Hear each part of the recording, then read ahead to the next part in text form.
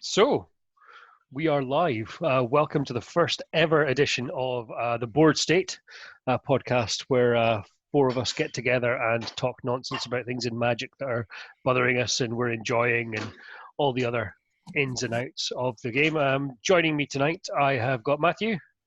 Hello. Sam. Hello. And Daniel. Hey. And we are going to be talking about some of the things that we've been doing and enjoying. The first thing we're gonna kick off with is decks and formats and good things that we've been feeling in the Magic community. And if I can stop saying "in the" for the rest of this podcast, it's going to be a really, really good place to be, I think. Just cut it all out. It's fine. Yeah. So just edit it all out. Why are there all these really weird gaps in Dave's breathing? It's fine. It's fine. Don't worry about it. It's all good. It's all good. So yeah, we'll just get kicked off then. Matt, what are you playing at the moment? What are you enjoying? I'm enjoying several different things. I'm enjoying tinkering around with the new cards from Ikoria because for the first time, I feel in a lot of sets that you actually have a lot of space to play in, a lot of different stuff. Like if you look at all the new top 8 lists, a lot of it's Fires of Invention, but each list top 8 has like a different kind of sneaky deck that's made its way up there.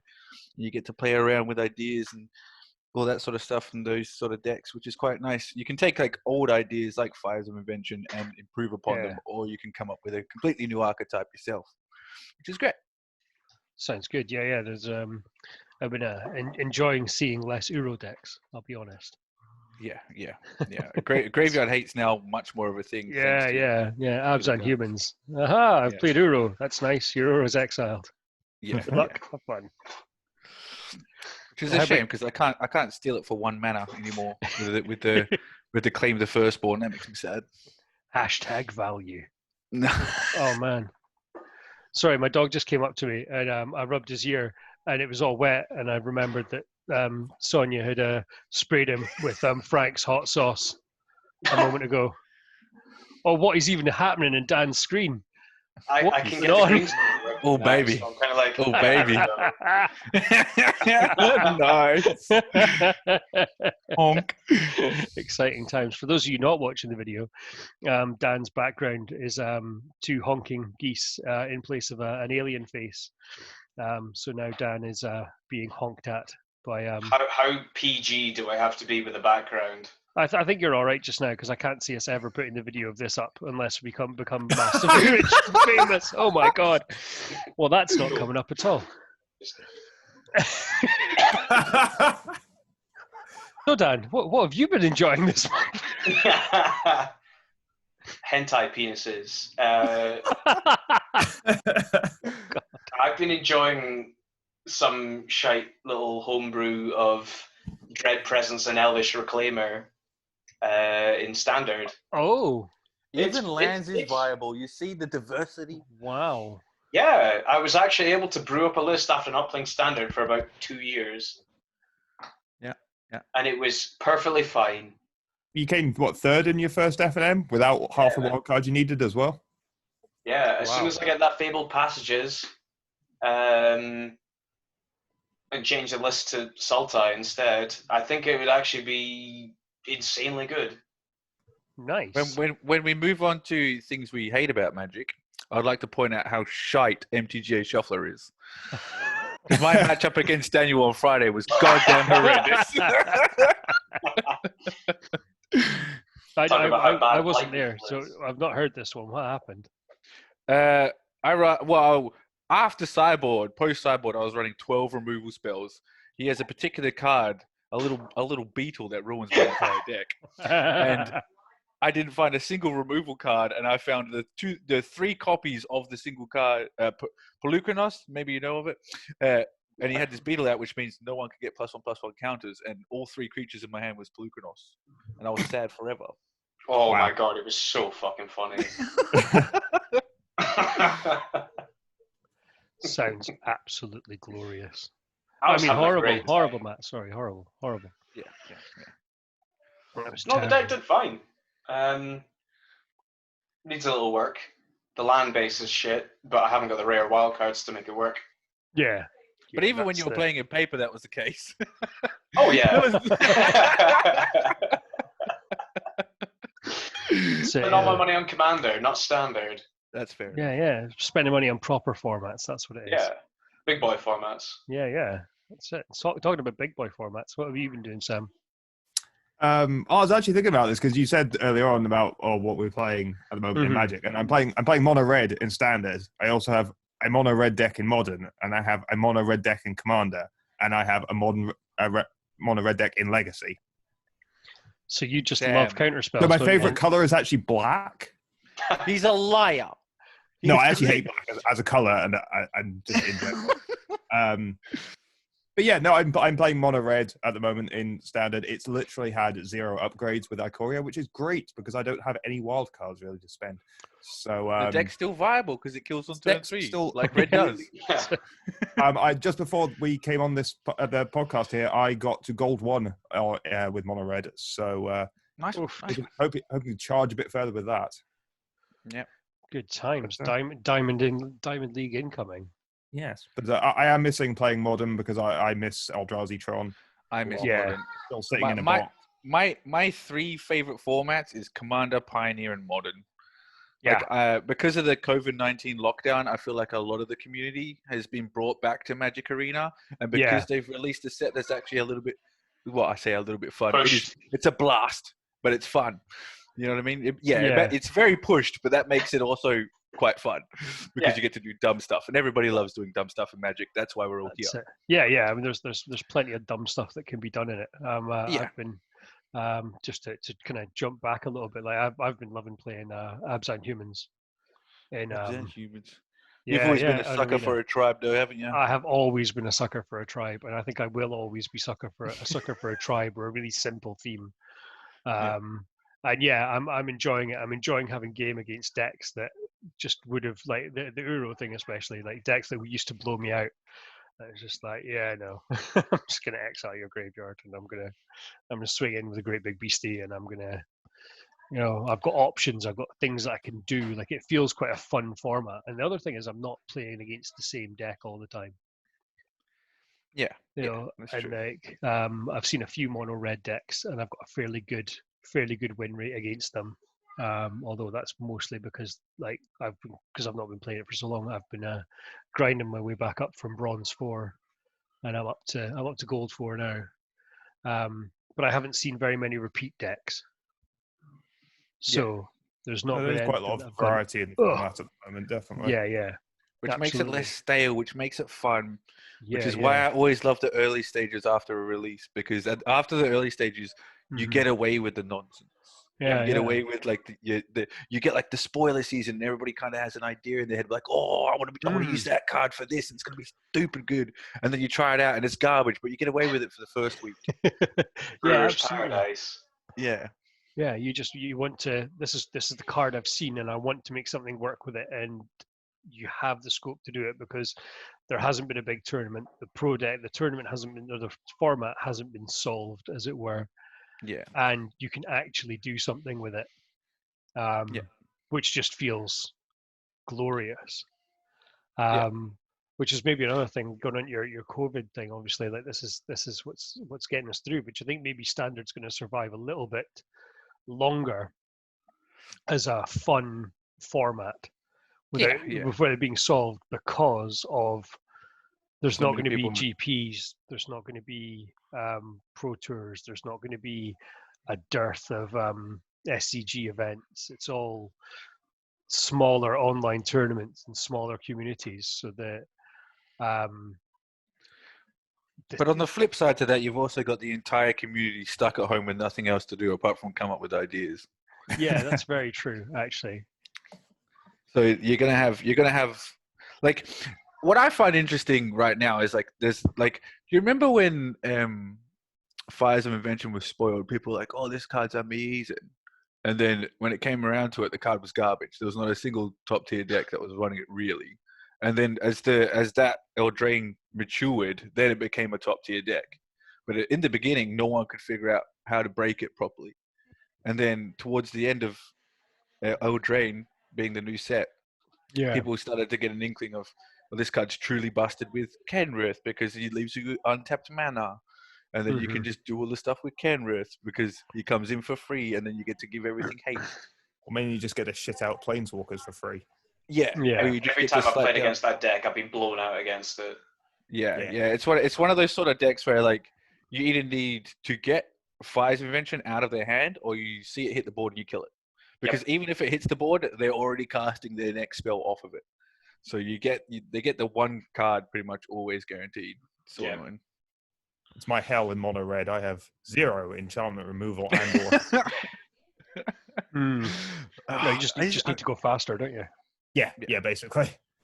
So, Faster than free spells. I can do Well. it. Red's got to go fast.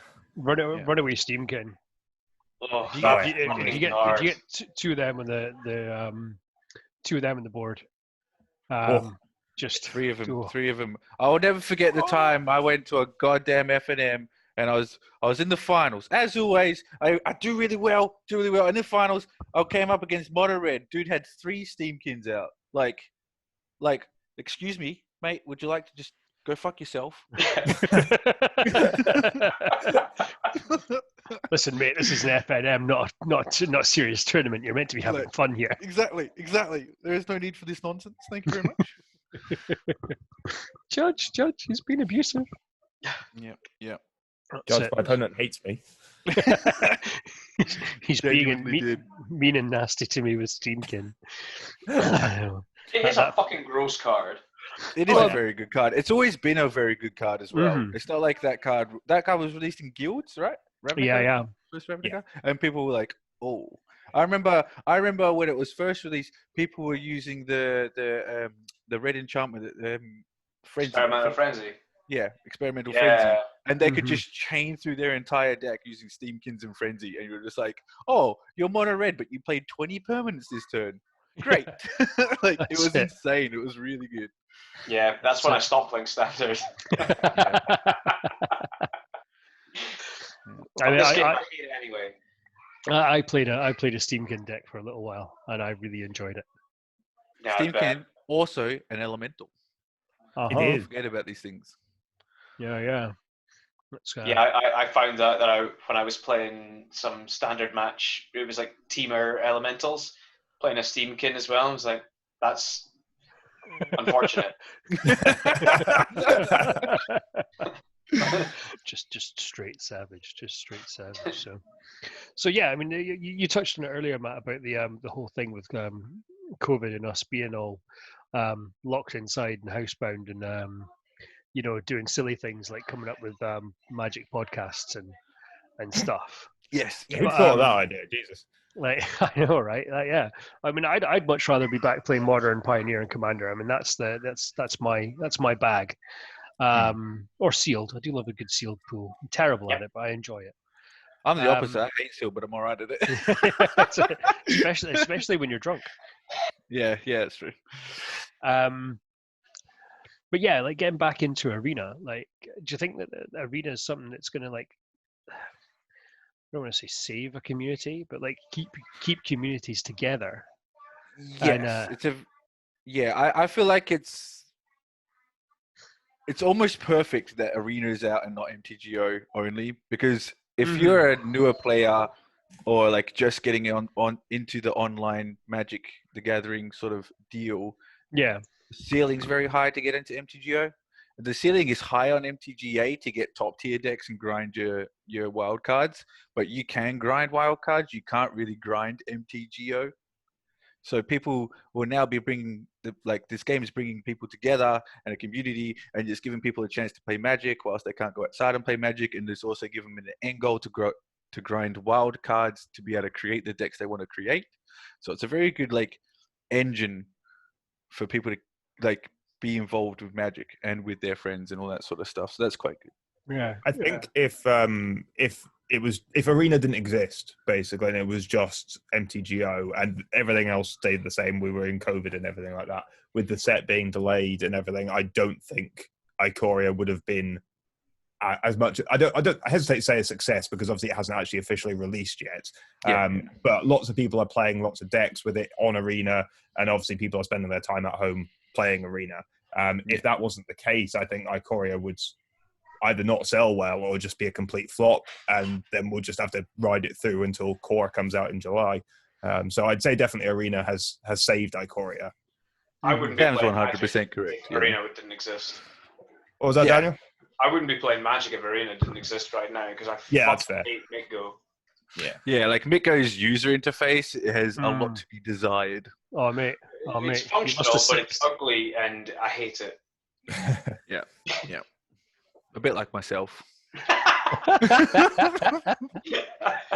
So yeah, I mean, I felt the pain for the MitGo client. I've played it a few times, done a couple of drafts, never really got into it deeply. But watching you streaming the other day, Matt, and like passing see through how- my entire turn. yeah, just when you went, you just got so tilted. Like you were I like 2 games later, and you were still like, oh, I've activated the wrong Inkmoth Nexus, and just to put this into perspective, I spent an entire game against a human's deck stabilizing, and on like the game winning the turning point in the match where I could have got ahead, I skipped through my entire turn because Mitgo. Apparently I hit 6. I must have done that subconsciously because I don't remember hitting 6, but it just went draw a card, pass turn, motherfucker. I was very upset. I was not in a good way. And the stream went from all happy, jolly, go Larry to me kind of like just not enjoying myself anymore because I was trying to concentrate on putting on a good show and not smashing my screen to 1,000 pieces. yeah. I mean, yeah, the stream definitely took a dive at that point. I mean, it wasn't up there to begin with, but yeah. No, it was fairly savage. Yeah. Your Arena stream was better. Yeah, Arena. I like streaming Arena much more because it's not it's like you said, Mitgo looks like shit as well. Arena's much cleaner. Yeah. Yeah, it's very hard for people to keep engaged unless they're actually interested in the deck you're playing or you're putting, good banter into the chat and all that sort of stuff. And it's you're trying to work 3 things at once at that point, and where you can just go Arena and be like, look at this flashy stuff that I'm doing, and people go, ooh, shiny. Yeah. MitGo is so hard for someone to watch, never mind actually playing it. Like, I couldn't keep track of what you were doing unless I was paying complete attention. Yes, yeah. You can't have it on in the background. Which I guess I should be, but I'm the watcher, so yeah, exactly. There's no stakes in it for me. That's it. Yeah. Well, I don't like to like watch a stream and just like pay absolute attention. Like on Saturday, like, I woke up and I was really rough. Not because I was hungover, I'll hasten to add, but really ill, feeling rubbish. And I put Matt's stream on and just Chromecast it onto the telly. And I was sat there just like scrolling through Facebook, just like watching what Matt was doing and listening to chat and just keeping a rough idea of what was going on. Yeah. And the difference of it being like, it was much, much harder for me to keep a track on the board state when I'm watching a MitGo game. Yeah, I was playing watching hardened a scales Arena as game. well, so there's also like 1,000 triggers, which is very repetitive on MTGO, and it's like not as easy to resolve because you have to select your trigger, how you want to stack it, resolve them all, and then like that will with hardened scales that happens almost every phase. Aye. Whether it be main, combat, second main, even on the end step, you might want to do stuff on their end steps and all this sort of stuff. So there's a lot of triggers, a lot of clicking, and a lot of monotony when it comes to that, though, I've heard you shout at the client and yourself multiple times about not holding full control for your turn in Arena. Yes, but that's because I'm garbage at the game. That's a user issue rather than a client issue. Yeah, so there's things like I don't like playing with full control on Arena because I like how smooth Arena is. That's one of the reasons why I like Arena. And when I have full control, like see like the Teemo Wilderness Reclamation where they have to tap each individual land in full control when they do it, and they take like 5 minutes to pass an end phase, and you're like, God. okay, just kill me, please. I'll quit out the game. I don't give a shit. Yeah. Yeah, it's not a good feeling. It's not paper magic where you can just shorthand a lot of things. Yes. Yeah, paper magic. Just like throw a lightning bolt. Throw me for 3. Hey. Yeah. It's good. It's good. I find programs like this good to learn decks and learn interactions, so that when it Mhm. comes to paper Magic, you don't forget as many triggers, and you. I hate to use the word sequencing because of Scott, but you sequence correctly Mhm. and stuff like this. That's the one thing that. Oh, sorry, Matt. Yeah, continue. I'll say my bit. I was about to say, that's the one thing I think MTGO does best is it's better at teaching you the game to a point because it displays everything, every single trigger, every single response, every single phase. Like it doesn't just cut through all of them like Arena does and just automatically resolve triggers. It shows you when the triggers come up and you have to pass through it to resolve it. So, yeah, but I can see why Arena doesn't do that, especially when there's no responses, because it would slow down the game and then you just have a prettier looking Mitko. Yes. But like, if Arena was to ever, God forbid, start doing modern and stuff, then because modern is so much faster, there's so much more stuff that I feel like Arena would have to adapt. Because in modern, you can try and make things smoother, but the triggers are very important and stuff like this, And see that can neatly leads me on to like, do you think that Arena is something that can be expanded to include some of the older formats? Like, I would be very surprised if we didn't see Pioneer. I think we have confirmed that Pioneer will eventually make it in. I'm crossing my fingers and hoping they go through with that. They've got Historic now, which is kind of like all the sets that were released on Arena. They just kept the cards so that people didn't sook as much when they lost all their original cards for the year that Arena was out before they did. And then, like, if they're able to do that, then they must introduce Pioneer. But the reason why I think they're going to take their sweet time about it is because they have to introduce how many sets is there in Pioneer? Oh, there's like another 15 back from where Historic is or something.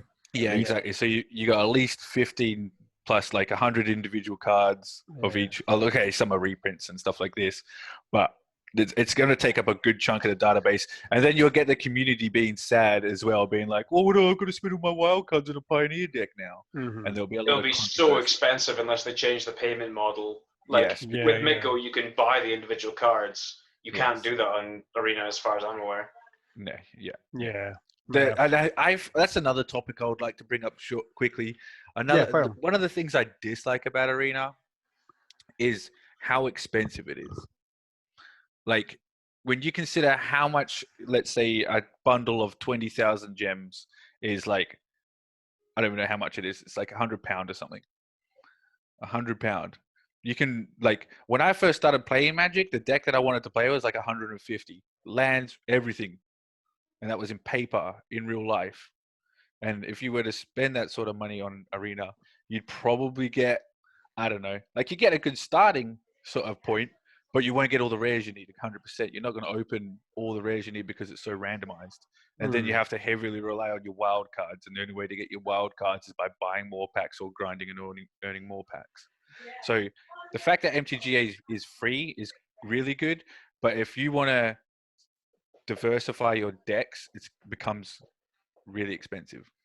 Okay. So I'm just to ask you a question on that. Like, do you think that MTGA is aimed at us as existing players of Magic? We play paper Magic. We play a couple of times a week, multiple different formats. Or do you think they're trying to take people away from Hearthstone? Which, let's face it, when it released in 2014, it just skyrocketed in popularity, and it was just what I will say is, when I got first introduced to Magic was years ago in high school. Saw a couple of guys play it and that sort of stuff, and I wasn't playing it at the time. But I was like, oh, it seems weird, kind of cool, weird but cool, whatever. And then later on in my life, I started buying like the PC games and that sort of stuff. And then I forgot about it for a couple of years, and then Arena came out, and I got into Arena. And Arena is what forced me to go play Magic in paper all the time. Because I was like, well, if I'm sitting at home and I'm enjoying it this much, I might as well go out. So I actually went out to my local LGS, which is ABZ at the time, and I just turned up and I was just like, can I have a game of Magic? And I bought a single box of Ixalan, I think it was, and I made some trash-ass dinosaur deck. Took it to an F&M, got my ass handed to me for 4 hours straight was fantastic. Yeah. Had the best night of your life as well. Yeah. Yeah. That's a real similar story to how I did my first FNM. Where I did some trash Walking Ballista deck when Aether Revolt just came out. No, I don't believe in Oh, such it a was thing as a bad. trash. I don't believe there's such a thing as a trash Walking Ballista deck. The Well, I card only is had just too 2 of damn them. good. Oh, okay, that's maybe not good. So I never drew them. Of course not. Yeah, my entire deck. The idea was there, but I didn't want to spend the funds on a children's card game at that Yeah. time. Yeah. Look how And far now you've look come. at us all. Yeah. No, that's fair. That's fair. What do you think, Sam? Is About he what? there? Sorry. About Arena and the interaction. Like, what is it? Is it aimed at like Oh, right. people like us that play Magic, or I'm is not it- sure because like if you're experienced with Magic and you have the patience, I suppose, to learn Mitgo, then I think Mitgo is technically better. It's got more options. It's got more formats. Mhm. You can do vintage cube drafts on it, for God's sake. And it also keeps his value. Yes, that too. Somewhat. It's not, but then Mitgo is still a stock market. To be fair, like just look at the price of Mishra's Bauble at the moment because of Eternal formats. It's My like God. $60 on Mitgo. It's actually cheaper to buy in paper than it is online at the moment. But Arena's definitely aimed at the newer players. Like you can see that by the way that Wizards promotes it. Wizards, I don't think has ever promoted Mitgo the same level they've promoted Arena. Not even close. I didn't even know Mitgo was a thing until I started playing paper.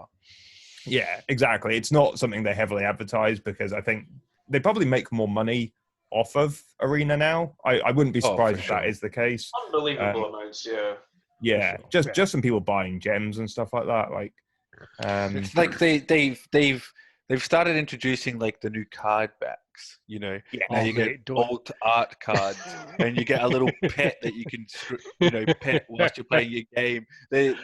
Arena's definitely going to capitalize on getting money where it Yeah. They're real money spinners, those pets. Oh Yeah. no, but that's the thing though. You've got people like me. Like I've got like ridiculous ultimate guard deck boxes for all my decks. I've got like dozens of playmats. Like I love the accoutrement, the extra wee bits and pieces, and the big metal dice and stuff. And that's exactly what it is. You know, Matt said there with the card backs, and I was just like, man, I was actually sitting staring at the card backs earlier on today, going, huh.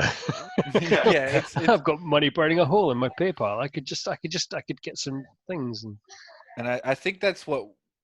Well, I want to say Wizards, but I don't know who really is in charge of it all. Hasbro, whoever, do really well. They know their clientele, and they know we're a bunch of impulse buyers.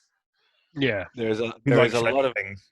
Bunch there's of a lot greedy of Magic goblins. players that will just ignore all rational when it comes to a particular desirable thing. Everybody has a card where they've went and gone, fine, I'm spending the bloody money. Fuck it. Mhm. Everybody's done it. Every Magic player has that in common where they get to a point where they're like, I remember when I first started, I was like, Carnage Torrents were £15 a pop. I was like, I am not spending £15 on a single bloody card. And I needed a playset. I was like, mate, $45 for a playset of Carnage Torrents? Get out of here. I spent well over £45 on a single card multiple Yeah. times. Yeah, you want to tell us about your Mox Opals? Rip Mox Opal, by the way. I think that's what this chat should be homaged to. Yeah, that's it. Yeah. The death of Opal. And I loving think memory of Mox Matthew's Opal. point is very interesting, and unless anybody has anything else more to say about fire on. MTGA, it segues us quite neatly into secret layers. Yes. Because as Matthew said, like everybody likes a shiny card. Everybody likes splashing out on something a little bit nice, but the secret layers, I think in general, are not poorly received, but not as well received as they could be. Which is weird because they're shiny special edition cards that in theory everybody likes. But is my theory on that is because he's pushing it into your face. Yeah, They're clearly acknowledging the fact that they can, because I've had a conversation about this before. They've been working their way up to the point in which these new fetch lands, which are, how much are they a box? Well, so Star City Games have them on for $350 or $330 for a box if you are a member. We were told they Yes. were going to be about the same as a Commander Anthology, which Yeah. I think was what, $180, I think they $190, said something like that. I think they said 160 in that Tolarian Academy video. Yeah, Yeah. it was something like that. Yeah, it was that kind of ballpark anyway. Yeah. So obviously, when we saw that video, I was hyped. But I'm not gonna jump straight into that one yet. We'll build up to that. Yeah. When the Secret Layers were first launched, and they did here's your 5 days, here's your 5 different things you can buy on the day. We'll print to demand. If you buy them all, you get a little bonus. Go. I thought that was cool. I thought Secret Layers were awesome. I got a Bitter Blossom, and I thought it was a really good idea. Really good idea. And then we didn't have, what was the one after? What was the one Bitter after Blossom. that? I think there were Serum Vision ones, and like you Yeah, had but like that the was all part of goblins. the That was in the same one. So Oh, okay, there's and then Bitter Blossom Thalia? and the cats. Was it Thalia? Oh, Cats and No. Thalia? No. I think So in the first one, the Bitter Blossom one, you had the cats, which were the 5 new art cat cards themed. Essentially, if you wanted to do like a Selesnya cat deck, I think for Commander. Then you had the Bitter Blossom, you had the Snowlands from Eldraine, you had the Goblins, and then you had the Serum Visions, the 4 different Serum Vision arts in one box. Mm-hmm. And if you bought all 5 of those boxes, they were like $30 to $40 each, I think. so I've got the full list here actually. Oh, have you? Nice one. So the first 6 were Bitter Blossom Dreams, Eldraine Wonderland, Rest in Peace, Seeing Visions, Explosion Sounds, and Kaleidoscope Killers. Oh, and Oh My God, Kitties. Yes. So that they were all the start of December. Like Yeah. literally the 3rd of December last year was when it first started. Mm-hmm. And since then, there's been the Year of the Rat, the 5 Theros Stargazings, International Women's Day, That's Thalia, April Fools, and the Godzilla Lands, which are coming out next week. Yes. Yeah. There we go. But- Okay. But yeah, I feel like WotC's been working their way up to this sort of extravagance when it comes to these, because they started. My earliest memories of them doing something this extravagant was the UMA box toppers. Yeah. They were like, we're going to put these fancy full art foil things in these boxes. We're going to hike up the price of these boxes because those boxes aren't cheap. The boxes, the recommended retail price was like 180, something like that. They were high. Something in that region, yeah. Yeah. And then people were snapping them up. Like people couldn't get a hold of them fast enough. Well, I remember the frenzy that came after that, and the amount of like, even on like your trade groups or your sort of chats and this sort of stuff, people have been like, oh, look at my, extended border full art foil Tarmogoyf box topper. I want £200 or whatever for it at the time. And people were paying money for these cards when they were first released. They were paying stupid money for these. And the Lilianas and stuff, Lilianas were, £200 seems a bit high actually, but I remember them being. I think they still are about that price now. They were about 100 when it's released, but I think you can find for about $250 nowadays. Yeah, it's crazy high. And then obviously WotC was like, that was really well received. Like we ran out of that print real quick, and they printed another one because UMA was super popular. And then they came out with like the standard stuff as well, like the collector's boosters, and it was basically we can triple the price of a normal, double the price of a normal box for half amount of much less boosters, and just make it a in commas premium product. And it's like, we're going to charge 20. What does our local LGS charge? What, 20 quid for a pack of collectors? I think they're about 15, 20, depending on how much a box costs. Yeah. So 15, 20 quid. So you can get essentially like how many boosters for that? Boosters say a £3-4. You know what I mean? Yeah, So they're roughly 4 times. I think we just say 4 to 5 times the price of a booster. I think that's probably about fair. Yeah, 4 is about right. Yeah, and it's a lottery sort of thing. Like if you don't hit big, you lose out quite a lot. So let's say Theros, for example. The only Theros collectors boosters that were cards that were desirable in the full extended art foily slot were basically Uro, Croxar, and Heliod. That I remember anyway.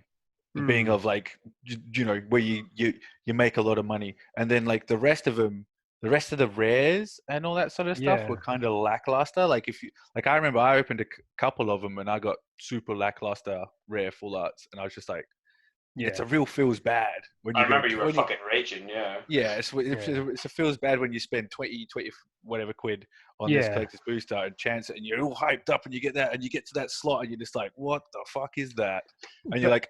Then you realize you could have bought probably a single of the card that you wanted for that price anyway, in foil. Yeah, that's a definite feels bad, and the secondary market absolutely does impact so heavily on, I suppose the kind of the risk to reward.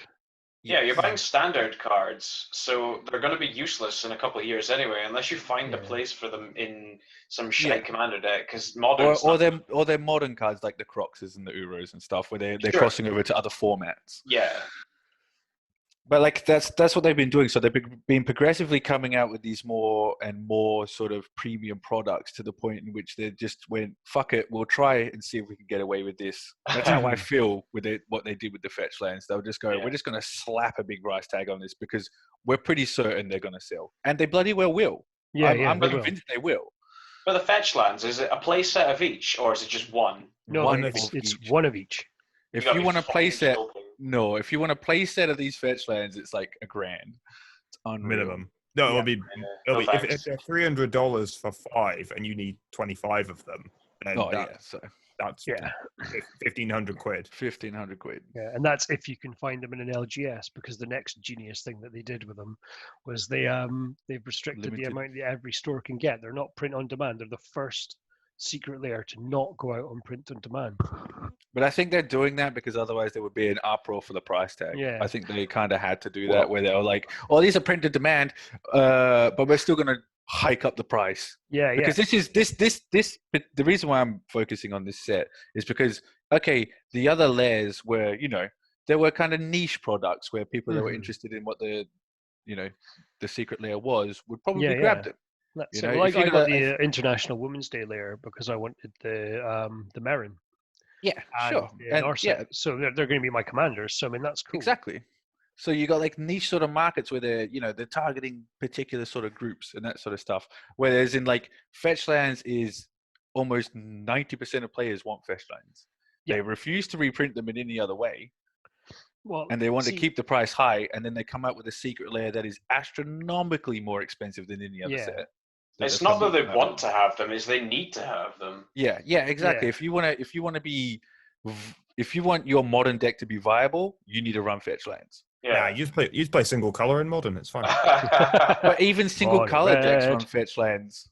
Yeah, they do. They do it for filtering because that's why they're so expensive. Because even that tiny percentage is an important tiny percentage. But I totally take on board what you're saying, but. I was playing devil's advocate with myself on this earlier on today because I was trying to think about how I was going to not just have a massive rant about how heartbreakingly disappointed I was in the actual price of the fetch lands, and that they're a hugely desirable product. And I think that the reason they're not doing them print on demand, and even let's be honest, even if they'd have charged £100 for that box print on demand, how many players or play groups would be getting together and going, well, actually, I need a Misty and I need a Verdant and I need a Marsh Flats, but I don't need these other two. So if I buy a box, who wants these two? And I'll trade you for my ones. And they would have sold of just a vast amount. And I don't think that this restriction, the price that they've put on them, I don't think that's so much to do with wanting to make money.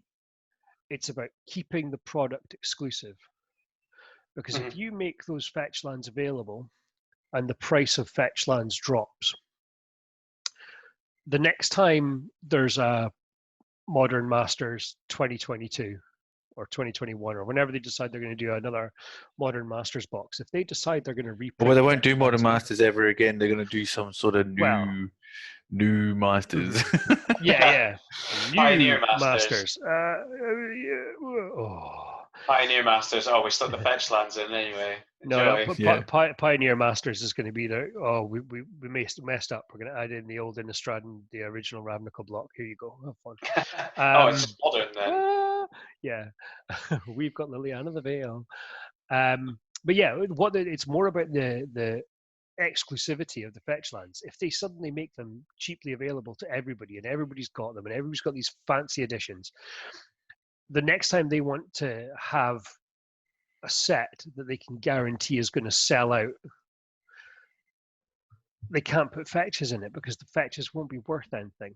Everybody's like, look, those guys are reprinting Scalding Tarns. That's nice. I've got a play set and it's the fancy ones, and I paid 130 quid for them. So I'm not. But I think that was a point there that, like, even if they sold this box of the secret layers for £100, like you say, apart from anything else, that is actually cheaper than buying each one of them individually at the moment, which is an entirely other topic about this. Well, yeah, the secondary market. We could speak all night about that. Yeah, but it's still Wizards are still selling a premium product, and not even if you sold it at £100, even £150 for this secret layer, that will not crash the price of these fetch lands because it's not going to flood the market with them. So even if they do, and they said they are going to reprint either these fetch lands or the other fetch lands in another product this year, that's that. Yeah. I don't understand. But, like, I don't understand Wizards' point about it. Like, because people are always going to want fetch lands. People want them for Commander, for Legacy, for Modern. You're always going to need fetch lands, and there's never ever going to be enough of them. But that's one of the things that irks me the most. Like, as a community, everybody said, "Please print these more.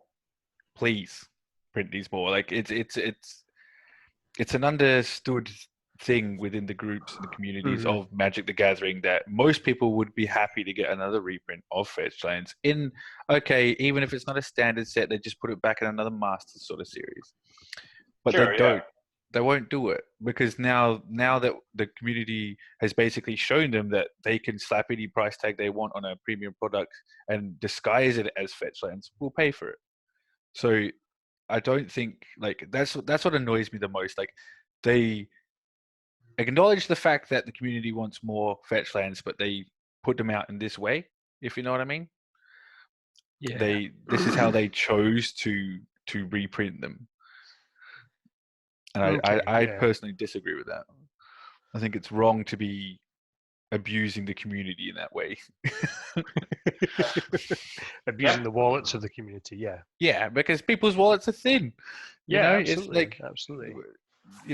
Okay, they couldn't see COVID-19 coming because I'm pretty sure they were announced beforehand, weren't they? Yeah. Well, it was wrecking up China, but nobody thought it was ever going to get to the States. Our safe little bubble in the West, yeah. Yeah. So, like, it's like, and then obviously you've got like LGS stores struggling and that sort of stuff, and then they're limiting the supply of something that they know they can make a bit of money on, and stuff like this. It's just, there's so many things wrong. That's it. And I don't even know, the manager of our local LGS has said that the one box he's getting in, he's going to give me first refusal on because he's a top bloke. And he probably didn't want to have the bloodshed of me coming in. I say bloodshed, streams of tears. Like, why didn't you send me? In all honesty, like, who else locally, apart from Cameron, who would buy them second somewhere else anyway, would buy that anyway? Like, because as much as I want fetch lands, I'm not going to spend £150. Well, you see, anywhere between 150 and 300 on them. Yeah, and that's the thing. That's where I am. Like, if they were 150, I'd go to 200 on it because there's no danger that I would lose any money on it. And 4 of the 5 fetch lands I actually want to use in existing decks that I'm playing weekly anyway. So, and they're all commander decks as well. So this is just a little bit of pimp for my commander decks. if say what did we work out that the current one of each of those fetches was like £160 or something like that, just to buy one each off card I market. think it's a bit more because I mean Scalding Tarn's sitting about £60 now. Is it? Okay, yeah. Verdant Catacombs and Misty are about 40 each. You're probably looking about 200 to buy them individually. So there you go. I mean, like if you're looking at £200, I don't mind spending £200 on that box. You know, that's all right. It's a big one-off, but it means that like Merin and Brea are going to have really pretty shiny things in them, and that makes me happy because I like pretty shiny things. But I can't justify, you know, like with, you know, Mrs. and Kid and Dog and like sensible things like mortgages and cars and things like that. Like I can't really go much higher than that. You know, like we're meant to have a holiday in June, which they still haven't cancelled yet. So we might not get a refund on it, and I might have to rebook it, which is very annoying. But yeah, like I don't have the.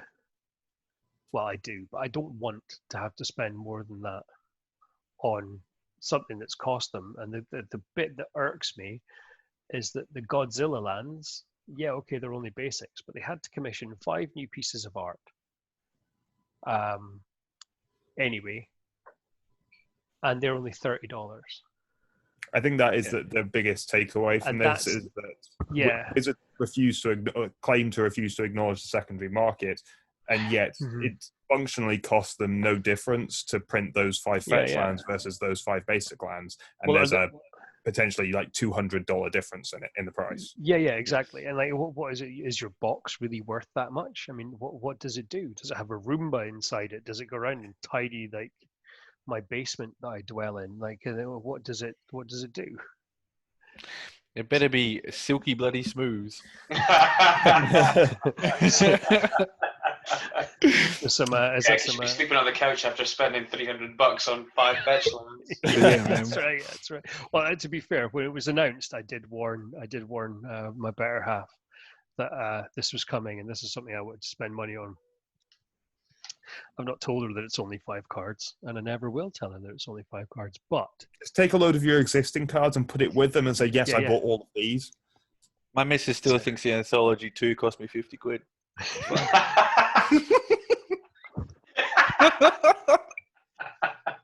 She's not in the room with you just now, is she?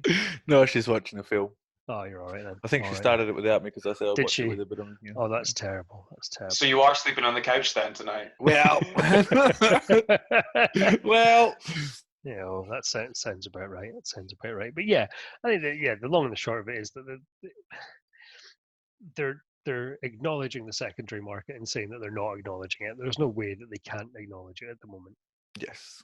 There's no way that they can't be looking at the price of that product and not acknowledging it.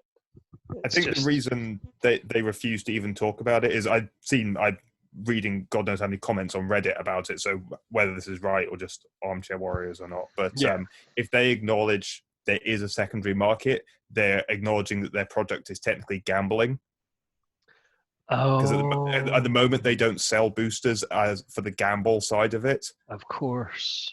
But if they acknowledge the secondary market, it's gambling, and there's a whole lot of legislation with that, which they obviously want to ignore.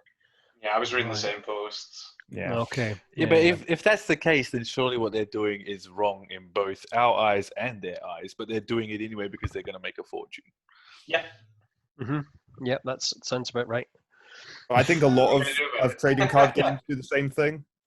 Yeah, of course. Any TCG is it's always meta defined. It's always what's the best card now, what's the best deck now, what do people like the most, and this sort of stuff. Well, technically, the only way of getting them is through opening a booster, because in theory you shouldn't be buying them second hand, even though everybody does. Yeah, of course. Because if they were to, imagine if WotC came up with a website where you could buy any single at a set price forever. It was just a print to demand. You fucking scroll down on the page, you find the card you want, you click it, you add it to your basket, you buy it, it gets sent. And the caveat is that you've got to make up a sheet's worth of cards. Yeah, I was about to say it costs you a flat £100. Yeah, done. Exactly. I'll take it. Yeah, exactly. Foils are 200. If it's 100, I think for us Commander players, that is the best thing they could ever do.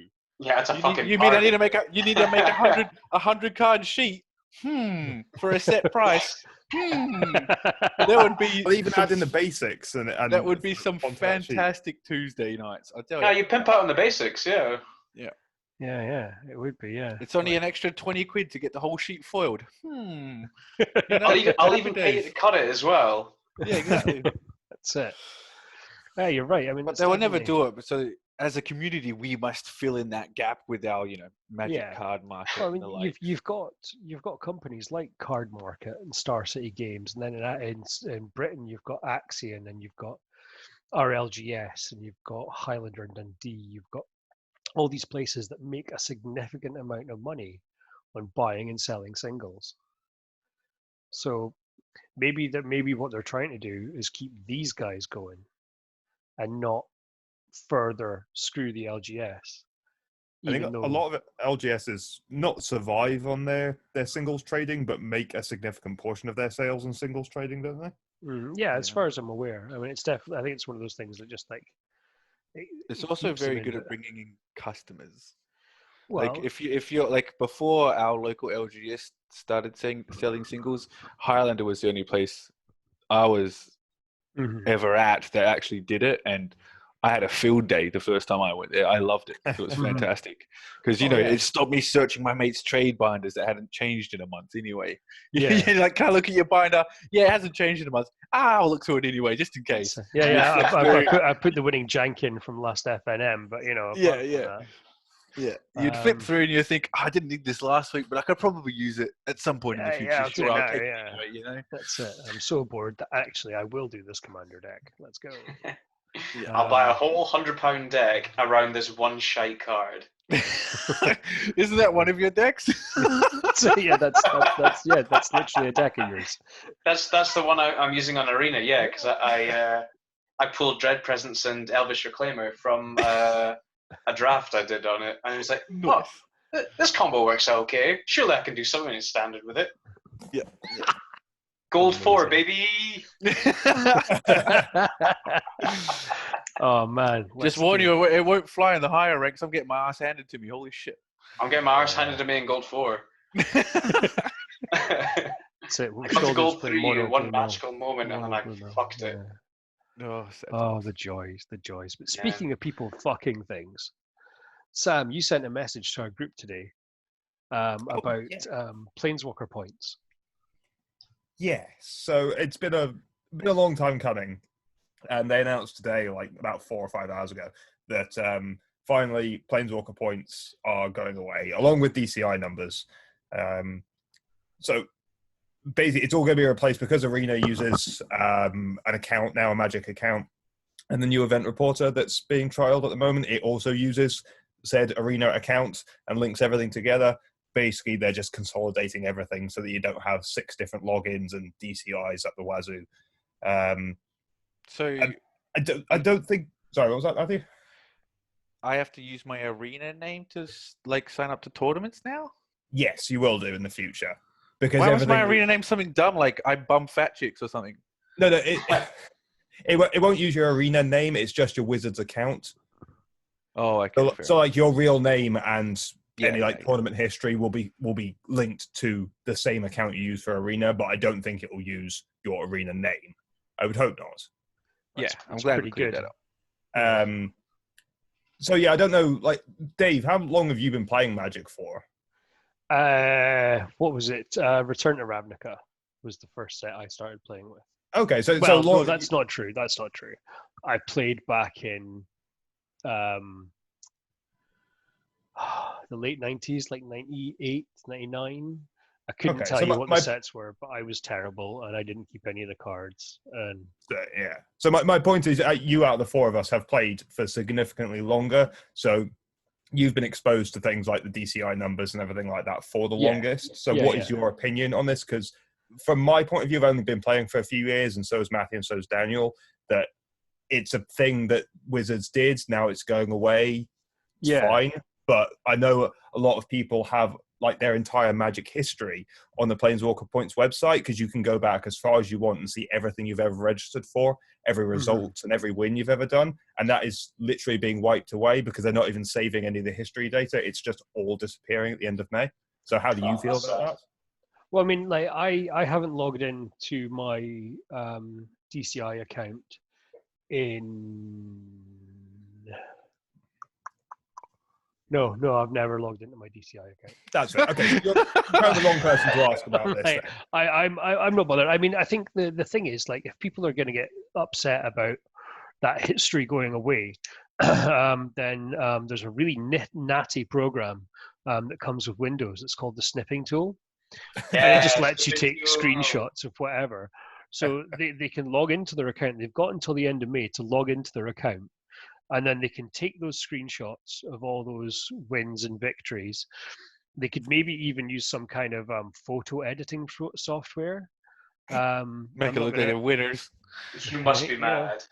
That's it. Well, they don't even do that, but just to like chop out, like if somebody has beaten LSV at a GP or something, then maybe they want to keep a record of that. So maybe what they want to do is they want to have a little screenshot of their GP attendance, and they want to print it out, stick it on their wall somewhere. Like, I think if the people are really that bothered about their history, they'll have done something cool with it already. And That's fair. And if what they're doing is they're going, man, you're taking away my history, then what you need to do is ask them the question, when was the last time you actually logged in and looked at it? Because if you care about it, you will be looking at it. You'll be monitoring it. But I've logged in, even though I'm a new player and I probably have no right to say this, I've logged in quite a few times to try and check, because when the season was resetting, and this was when, like, after my first year of Magic, I was just learning the ropes and I was getting into new formats and all this sort of stuff.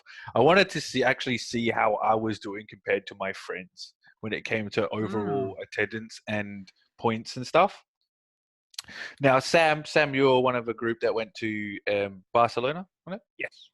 Barcelona for a GP, and that got you guys a lot of points because it's actually, you flew out there, you attended the GP, you had a full, weekend or week or whatever it was, gaming, spending it's all Magic. Everything was Magic, and it was fantastic and great.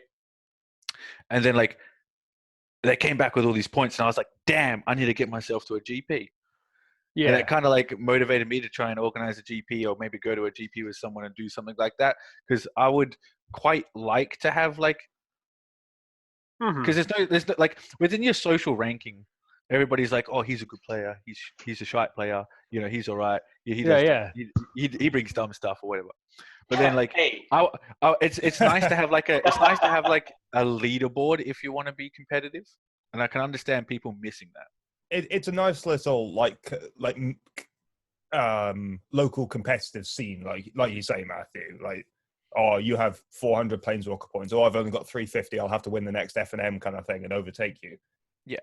I don't think that wasn't obviously a thing really around here, around locally with us, but I'm sure it was probably a thing in other social groups. Yeah. I'm sure a lot of, like, LGSs even have their own ranking systems and stuff.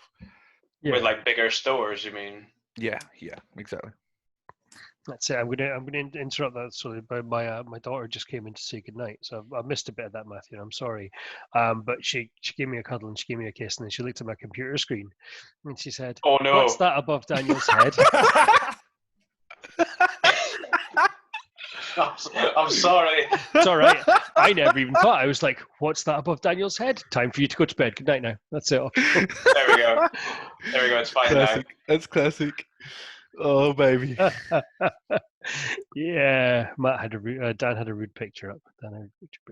Yeah. Sorry if this is going over what you said, but I totally take on board your like it's kind of like an experience bar, or Xbox achievement points. Yes. I love those Chivos. Yeah. That's it. I think it is, though, an inevitable march towards the future, as it were. Yes. With the way that Wizards has finally updated Event Reporter to hopefully a better system. For those of you who are have no background context to this, Sam's a judge and he hated the Old Event Reporter, which is understandable because it was horrendous. But like the problem is the way I understand it, because I've only been playing for a few years, but like Event Reporter, it was a self-contained program, which is fine. But every Friday at 7:00 when FNM started, every motherfucker in the universe needs to log on to it and sign in. And half the time it would crash and it just wouldn't work. Even worse for pre-releases as well. Mm-hmm. But it was very hard for Wizards to update it properly and completely replace it because it's constantly in use, not just on Fridays and over the weekends, but obviously LGSs run Magic events throughout the week and need event reporters to register those results and do the tournaments. So they can't just say, oh, we'll take it down Monday to Thursday for maintenance, because people need it. Because essentially what it is it's WotC's lifeline to LGS is to know what they're up to, right? Yes, because at the moment, what goes into Event Reporter in regards to events dictates what LGSs get in terms of like support from Wizards, basically, Yes. for allocations, promos, just general how they're doing as a store. So they can't take it down. They need a viable replacement, and there is a viable replacement in the works at the moment, which has been talked about. I'm pretty sure it was first spoken about when I started Magic, and that was about 3 years ago. But it's finally in the works, and it's being tested with COVID-19 and everything that's happening around the world. They've launched it earlier in a alpha beta phase to allow basically stores to use it with Arena and run FNMs remotely. And as far as I'm aware, it seems to be working pretty well so far. I've had a bit of a play with it. It's a bit basic, but like I say, they pushed it out a bit early to give LGSs some support. So hopefully it will all come full circle. I think the thing that's most exciting for me as a judge is the companion app. So for those unfamiliar, basically, because everything's going to be tied together with your Wizards email address now, your Wizards account, you download the companion app, you sign in with that. You can join a local event using a temporary code, which puts you into the event on the new event reporter, and you get your pairings and standings sent out to your phone.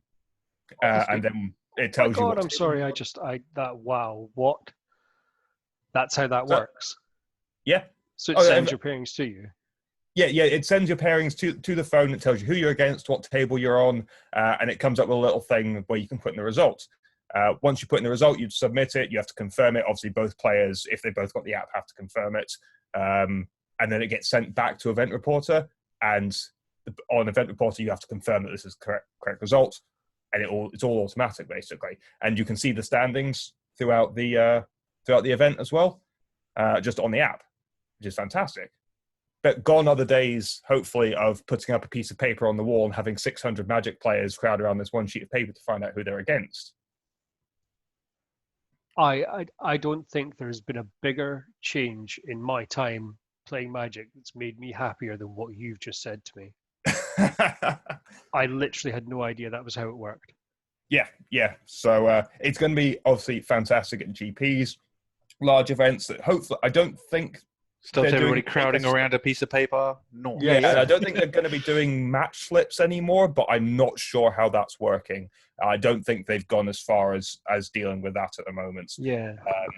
But I mean, if that's the plan, if that's the long-term goal, then that's brilliant. Yes. I'm on board. That sounds good. At the moment, it's working very well. The companion app, definitely. I've been using it every Friday for FNM locally, and it's nice. I had no issues with it at all. So, yeah, hopefully it is that is one of the side effects of DCIs having to go away, is so that things like this can be incorporated into the game and make life easier for players and tournament organizers. I'm only hearing good things. I'll be honest. Yeah. Like there's no. I mean, DCIs. I remember Planeswalker Points were a big thing when we were qualifying for the WCQ, which was not really a problem because in Scotland it was you needed to get 100 Planeswalker points to be able to qualify for a WCQ. So like if you went to a couple of events around the country and a pre-release and a Friday night Magic 3 out of 4 3 out of 4 weeks of a month, you were going to hit 100 without even trying. In fact, I remember for the very last one, I only hit it because I was attending FNMs on a regular basis. The previous ones that I went to had been because I'd been going to events and GPs and stuff. But yeah, that was that 2017, 18 was the last one. Was that the like nationals and that? It was the one when we went to Edinburgh. There was, just off the there Royal was a Mile. nationals event in Edinburgh. I think that was 2 years ago. Yeah. Yeah, that was the last. Yeah, it changed from World Cup qualifiers at that point, hadn't it? And it was just that was the Yeah, one. they basically event, got rid of nationals, and Yeah. it was sad. I'm Yeah, sad it about was- that, actually. It's the one thing that, like, I've started Magic a little too late to actually get myself Mhm. organized enough to be able to attend one of these big scale events. Yeah. And like, okay, they're still going, but I would have loved the chance to just hop in one day with the guys and do really well on your first day and be super hyped for the next Yeah, day. yeah. And that sort of stuff. Well, Yeah, One I'm thing as super well sad I with didn't the- go to that Barcelona gathering GB. that you guys went to. Magic Fest. Yeah, that's it. Oh, Magic Fest, sorry. Yeah, that was a lot of fun. Definitely. I mean, I did terribly in the main event, but it was still fun. Oh yeah, that was we went to Birmingham. Sean and I went to Birmingham last year, and I think we were both. I think he was 1-4 drop, and I think I was 1-5 drop. Wow, that's better than me. I was 0-5 drops. Done like, and just scattering gust. What a card! What a card! Unless you don't have a Ravager in play, in which case, ouch. So we are hoping that obviously July Liverpool will not be cancelled, but it's looking less and less likely. as it I goes ahead. I would be genuinely amazed if Liverpool goes ahead in July. Yeah, Yeah, I think I'm even hoping it does because I need to get out of this goddamn house. Yeah. We should go drink in the street, man. Yeah. Well, I'll be honest. I Tempted. was talking about like in the lovely little cul-de-sac that I live in. We've got a nice little green space just outside the house. So I was suggesting to the missus that we should just get a bunch of people together, and like everybody brings their own beer out. We just sit at chairs and we sit a distance apart from each other. Maybe a fire pit on the go, and just sit and talk. Reverse. Yep. That might be the way to do it, like long distance commander. Yeah. What's your board state? We did Commander using webcams a couple days ago. Yes. I don't have a proper stand, so I had to do it on the floor with Amazing. my phone being the webcam propped beautiful. against the table. It was okay, but my back was fucking killing me afterwards. Yeah, I'll bet. Like selfie sticks are the way forward, man.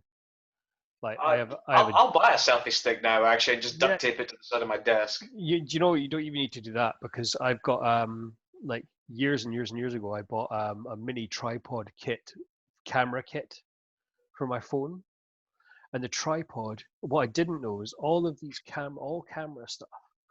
The screw heads on the top of all camera stuff is standardized. So this mini tripod screws on the bottom of my selfie stick, which is attached to another selfie stick, which goes along. So I've got like a nice solid base for me to have this kind of long arm operation going on, so that I can actually do that. But I haven't actually set it up in the house yet to play some paper Magic, so I probably should do. I keep meaning to do it. I've got my phone and everything. I need to jury rig some kind of stand, but That's it. Need to go. I'll be need to go honest, and get a guys. webcam. I want to do it, but I'm at work all day and I can't be asked. Yeah, that's fair. And you've got bits to take care of as well. Yeah. That's it. Well, I mean, for now, we'll survive on MitGo and MitGo and Arena, and obviously our new board state podcast, which we'll obviously be doing weekly and stuff. Well, we've got nothing else to do at the moment, so Well, that's it. Absolutely. We'll see how long we keep it up after we're all back at work. yeah. You know, I've been working all day. I don't care anymore. Leave me alone. It's rubbish. Something Also, Monday nights might have to move because Monday's EDH at Brewgood. Yeah. Well, that was it. It was just a night to get stuff done. But yeah, we're definitely going to be doing that. Well, I mean, you never know. We could actually run a live podcast of us all playing Magic one night at Brewdog. Yeah, stream our fucking nonsense games. Yeah. We could totally do that. Like a couple of cameras. It's going to have to be a special R18 version. Well, yeah, it's fine. You've got to be 18 to be in a pub anyway, so you wouldn't be able to watch it. Well, I can be respectable and kind over the internet, but after a beer, it's a different story. That's it. But gentlemen, we've rambled for a good bit over an hour now. Is there anything that anybody else wants to say? I was just going to point out, going just a little bit back to the companion app, is that something else it can do, which is quite cool, is you can create basically a self-contained event using just the app. So like when you open up the app, you have the option of hosting or joining a game. You can host your own event and get people to join it locally just using companion apps. So if you're not in your LGS and you're just doing, say, a draft in a pub, you can use the companion app to do pairings. That is sweet. Wow. That's better than you doing it on a notepad. Yes. Yeah. It works out all the percentages, so I don't have to. Yay, math. Who cares about maths?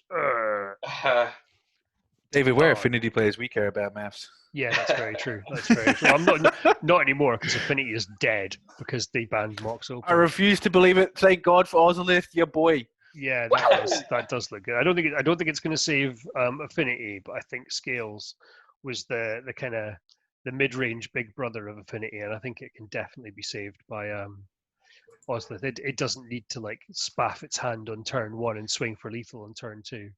It can survive. That's. I'm going to go back as my closing statement and go back to the new set and the stuff that's released. There's a lot of good cards in Ikoria for non-standard decks.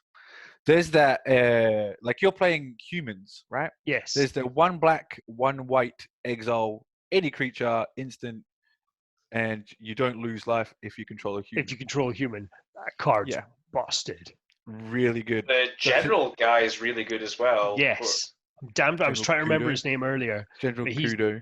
General Kudo, that's right. He gets. I actually got his fancy art from my last F&M pack, which was really good. Nice.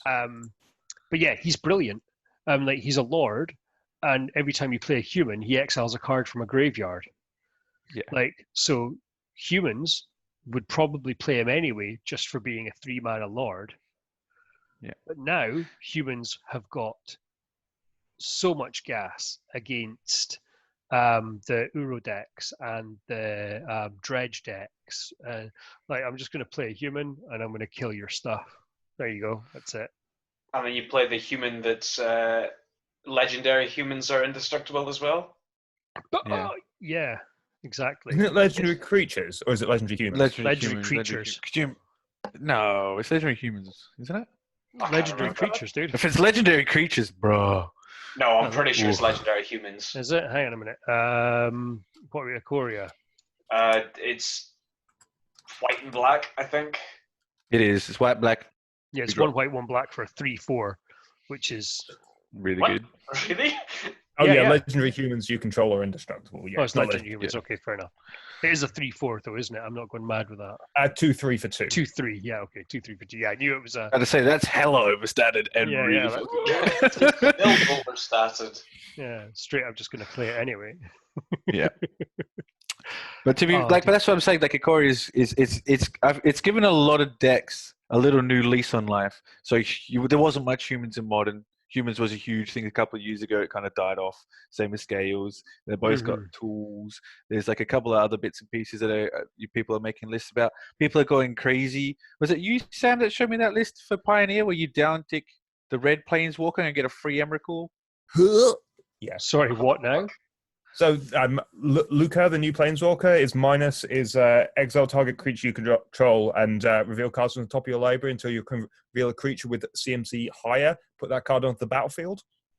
So if you run So you play something, and then you like, here's my 1-drop. I'll exile Luca, get Emrakul the Promised End. So what you do is you run 4 1-drops and an Emrakul, and you just go. Also, you get the cast trigger as well because you cast it off the top of your library, so you get Yes. Emrakul's cast trigger.